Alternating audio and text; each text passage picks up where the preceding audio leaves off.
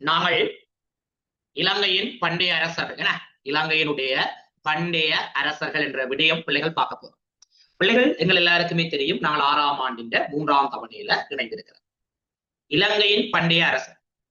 அப்ப எங்களுடைய நாடு எல்லாருக்குமே தெரியும், ரைட்? எங்களுடைய நாடு எங்கள் எல்லாருக்குமே தெரியும், ரைட்? அப்ப பாருங்க, இங்க எல்லாரும் எங்களுடைய நாட்டில அல்லது ஏதாவது ஒரு நாடு முன்னேற்றம் அடைய வேண்டுமாக இருந்தால் பிள்ளைகள், அந்த நாட்டில இருக்கிற ஆட்சியாளர் எப்படி இருக்கணும் என்றால் புத்திசாலியாக இருக்க வேண்டும். எப்படி இருக்க வேண்டும் பிள்ளைகள்? ஒரு நாட்டினுடைய ஆட்சியாளர் புத்திசாலியாக இருக்க வேண்டும்.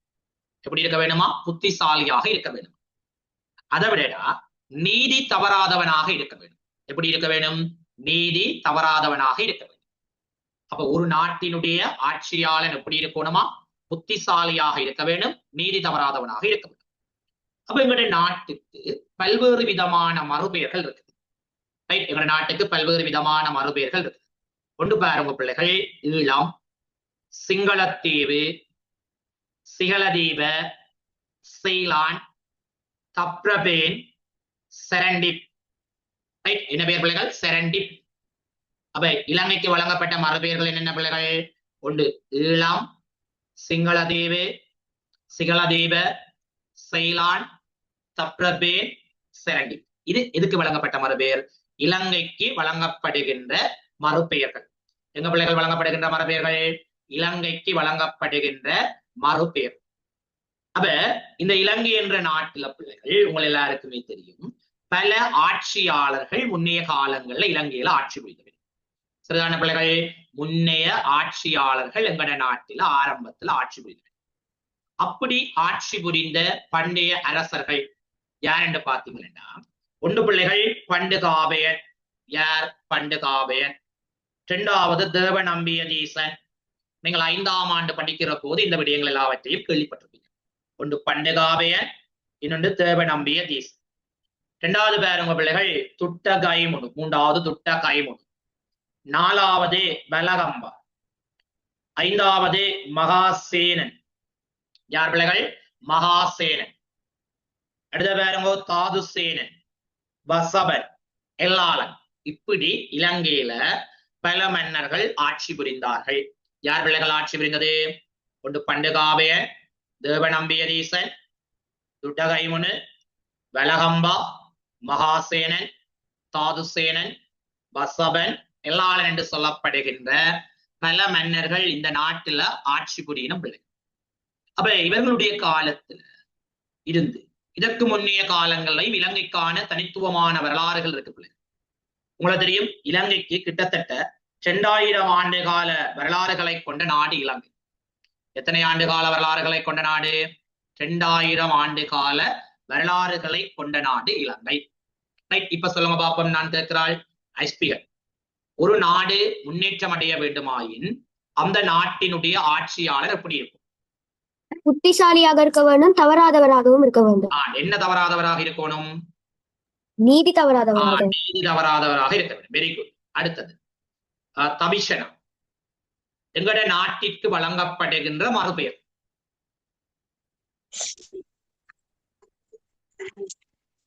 ஈழம், சிங்களத்தீவு, Sihaladipa, Ceylon, Taprobane, Serendib. Very good. Kamasa. எங்கட நாட்டில் ஆட்சி புரிந்த பண்டைய அரசர்கள் சிலரை சொல்லுங்க பாப்போம். பண்டுகாபயன், தேவநம்பியதீசன், துட்டகைமுனு, வலகம்பா மன்னன், மகாசேனன், தாதுசேனன், வசபன், எல்லாளன். எல்லாளன். Very good. ஆரத்தியா. எங்கட நாட்டுக்கு எத்தனை ஆண்டு கால வரலாறுகள் இருக்குது? 2000 சார். 2000 ஆண்டுக்கு மேற்பட்ட கால வரலாறுகள் இருக்கு. சரி, இப்ப பாருங்க பிள்ளைகள் எல்லாரும், நாங்கள் எங்கட நாட்டை ஆட்சி புரிந்த முக்கியமான மன்னர்கள்ல ஒருவர் தான் பண்டுகாபயன்.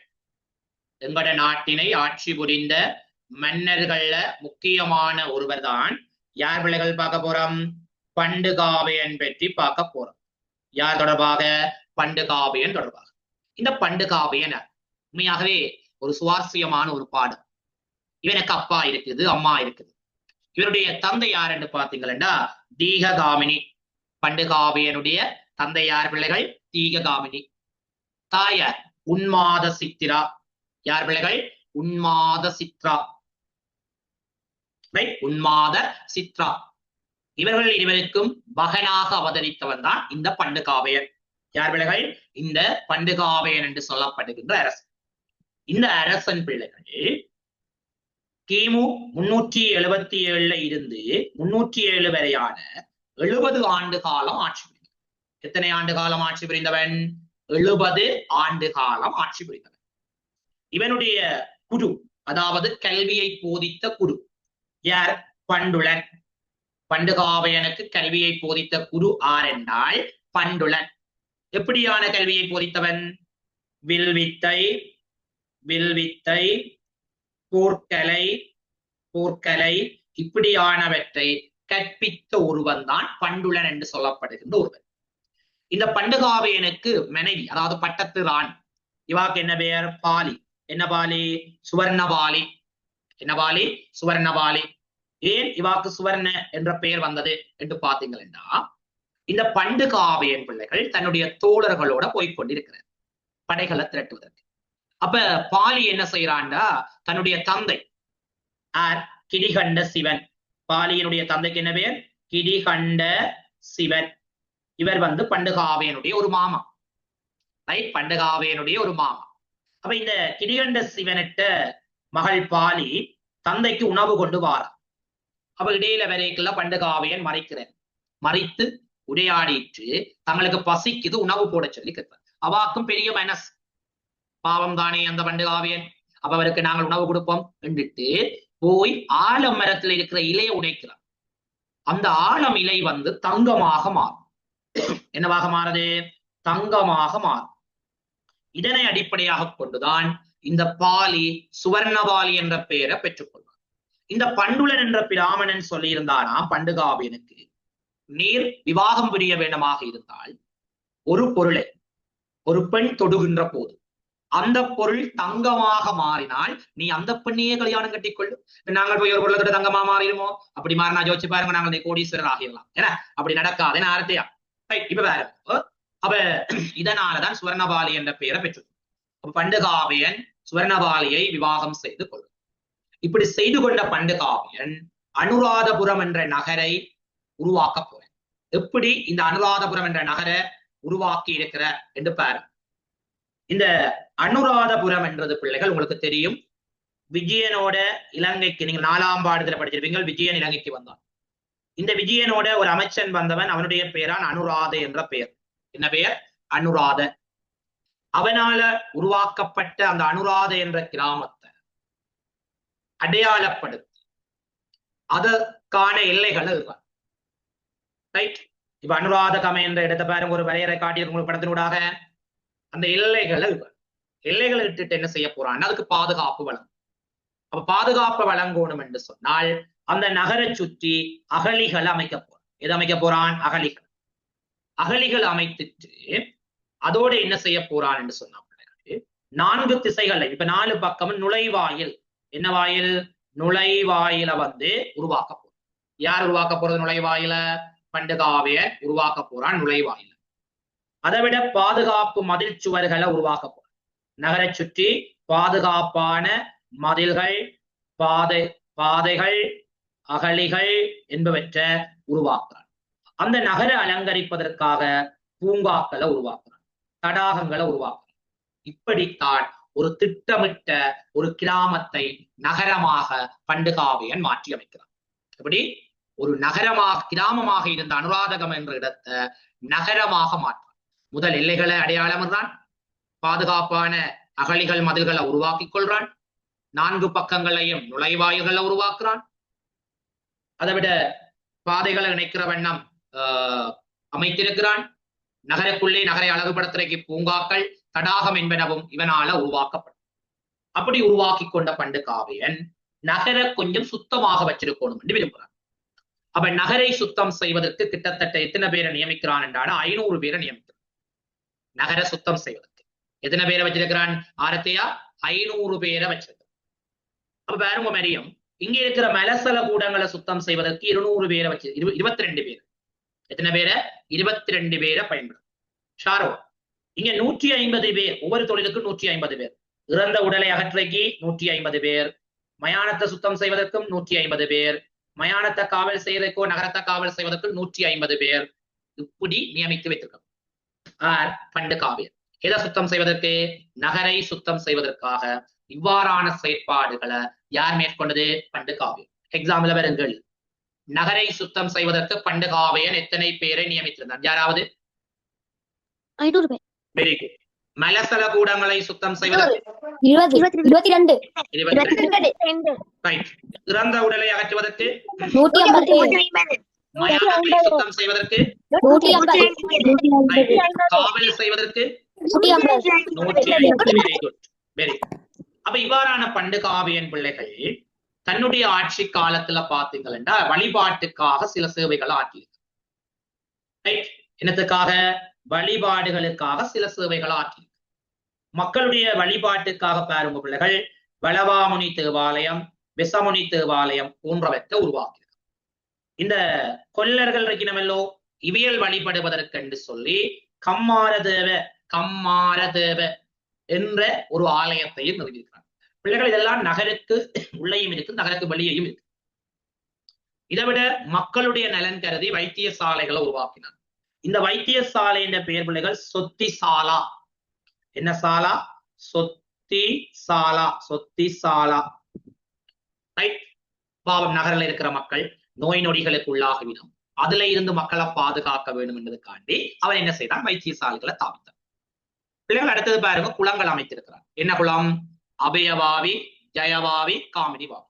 பிள்ளைகள் இலங்கையில முதலாக குளம் அமைக்கும் முறையை அறிமுகம் செய்தவன் பண்டு காவியன். குளம் அமைக்கும் முறையை அறிமுகம் செய்தவன் பண்டு காவியன். பிள்ளைகள் இந்த பண்டு காவியனால அமைக்கப்பட்ட அபயவாவியின் மறுபெயர் பிள்ளைகள் பசவட் குளம். என்ன குளம்? பசவட் குளம் தான் பண்டு காவியனால் அமைக்கப்பட்ட குளம். இதுதான் இலங்கையில் அமைக்கப்பட்ட முதலாவது குளம். ஓகே. அப்ப பாருங்க எல்லாரும் சொல்லுங்க பாப்பம்.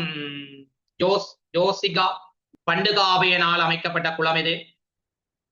அபயவாவி, ஜெயவாவி, காமினி வாவி. Very good. அபயவாவி, ஜெயவாவி, காமினி வாவி. Very good.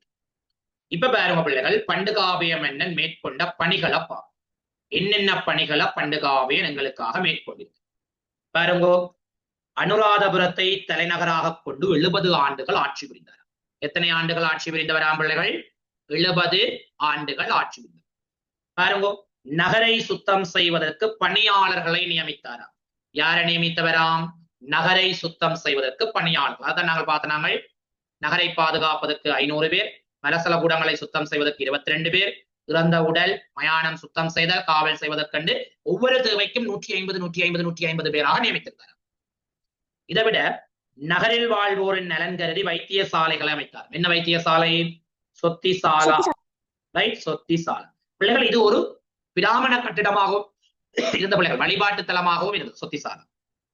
இதை விட சமய ரீதியான சகிப்புத்தன்மையை ஏற்படுத்துவதற்காக ஒவ்வொரு சமயத்துக்கும் உரிய வெவ்வேறான வழிபாட்டிடங்களை கட்டிவித்தார். இதுதான் இந்த வளவாமுனி, ரைட், கம்மாரதேவ, இப்படியான வழிபாட்டிடங்களை உருவாக்கினார். அதை விட குளம் அமைக்கும் முறையை அறிமுகம் செய்தார். என்ன குளம்? முதலாவது குளம் அபயவாவி. என்ன வாவி? அபயவாவி. யார் உருவாக்கினது? பண்டு காவியன். பிள்ளைகள், இப்ப நீங்க பண்டு காவியன் படிச்சிருக்கிறீங்க. அந்த மன்னனிட்ட இருந்து உங்களுக்கு என்ன முன்மாதிரிகள் கிடைக்கப்படுது என்று பார்த்தோம்னா, ஒன்று பாருங்க பிள்ளைகள், சவால்களை எதிர்கொண்டு வெற்றி பெறுது. என்ன சவால் எதிர்கொண்டவர் என்ன தெரியுமா?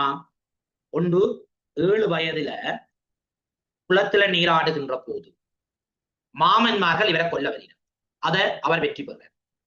12 வயதுல இடையனோட சென்ற போது மாமன்மார்கள் கொல்ல வருகிறார். அதுலயும் தப்பிக்கொள்ளும். பிறகு வளர்ந்து ஆளாகி அரசனாகி இவருடைய மாமன்மார்கள் எதிர்ப்பினம் 10 பேர், அபயன், திடிகண்ட சிவன், இந்த 2 மாமன்மார்களையும் தவிர ஏனைய 8 மாமன்மார்களையும் கொன்று வெற்றி பெற்றவர் தான் ஆரண்டு பார்த்தீங்கன்னா பண்டு காவியன். அப்ப சவால்களை எதிர்கொண்டு வெற்றி பெறும். அப்ப நீங்களும் பல சவால்களை எதிர்நோக்குவீங்க. சரி, இந்த முறை பரீட்சையில 90 எடுக்கிற இடத்துல 75 எடுத்து, அப்ப அது உங்களுக்கு ஒரு சவால். அந்த சவாலை நாங்கள் வெற்றி பெறணும் என்றா என்ன செய்யும்? படிக்கும். அப்ப மிச்ச 2 பேர் என்ன செஞ்சவர்? இந்த அபயனையும் திரிகண்ட சிவனையும் அவர் கொல்லையில இந்த அபயனுக்கு ஒரு பதவி வழங்குறார். நகர குத்திக பதவி. நகர குத்திகை என்று சொன்னா பிள்ளைகள், இரவு நேரங்கள்ல நகரை பாதுகாத்தல். இந்த கிரிகண்ட சிவனுக்கு கிடி என்ற ஒரு பிரதேசத்தை வழங்குறார். அதை அவரால் நிர்வாகிக்க போறார். சரியா? இப்ப பாருங்க, எந்த செயற்பாட்டினிலும் மனம் தளராது உறுதியாக செயற்படுது. பாருங்க, இப்ப மார்க்ஸ் குறைஞ்சிட்டீங்க. அம்மா பேசுறான், என்ன தம்பியோட படிப்பு நீயும் ரெண்டு பேசுறான். நீங்க கிளம்ப போறீங்களோ? கிளம்ப கூடாது. அம்மா நான் அடுத்த எக்ஸாம்ல மார்க்ஸ் எடுக்கிறேன், எத்தனை எடுக்கிறேன், 90 எடுக்கிறேன். அப்ப எந்த செயற்பாட்டிலையும் மனம் தளரக்கூடாது. வேற ஒரு தளர இல்ல. பாருங்க, பல மாணவர்களாக திட்டமிட்டு ஒரு விடயத்தை உருவாக்கும். ஏன்? உண்மையாகவே நாம படிக்க போறோம்னா திட்டமிடுவோம், எப்படி படிக்கிறோம். அப்ப அவரும் தன் ஆட்சி அமைக்கிறதுக்கு திட்டமிட்டு ஒரு விடயத்தை உருவாக்கும். படைகளுக்கு தலைமை தாங்க, தன்னுடைய படைகளுக்கு தலைமை தாங்க, மக்களின் நலனை முதன்மையாக கருதி ஆட்சி புரியுது. ஏன்? பாருங்க, வைத்தியசாலை அமைத்தார், வழிபாட்டிடங்கள் அமைத்தார். அப்ப நாங்களும் எங்களை கருத்துல கொள்ளக்கூடாது, எங்களை சார்ந்திருக்கிறவர்களுக்காக நாங்கள் உதவி புரியும்.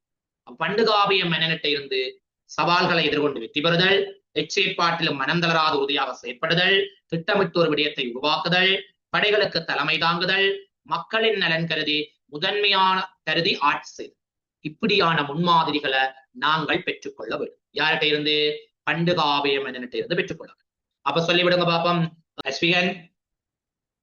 சவால்களை எதிர்கொண்டு வெற்றி பெறுதல், திட்டமிட்டோர் விடயத்தை உருவாக்குதல், எச்சேற்பாட்டினும் தவறாத உறுதியாக செயல்படுதல், மக்களின் நலனை மாதிரியாக கருதி ஆட்சி செய்தல், படைகளுக்கு தலைமை தாங்குதல். Very good. ஓகே பிள்ளைகள், அப்ப பாருங்க, நாங்கள் எல்லாருமே இன்றைய வகுப்புல ஒரு அரசு தொடர்பான விடயங்களை நிறைவு செய்தோம். இப்ப இதுல இருக்கிற அவ்வளவு விடயத்தை நீங்கள் பிரிண்ட் அவுட்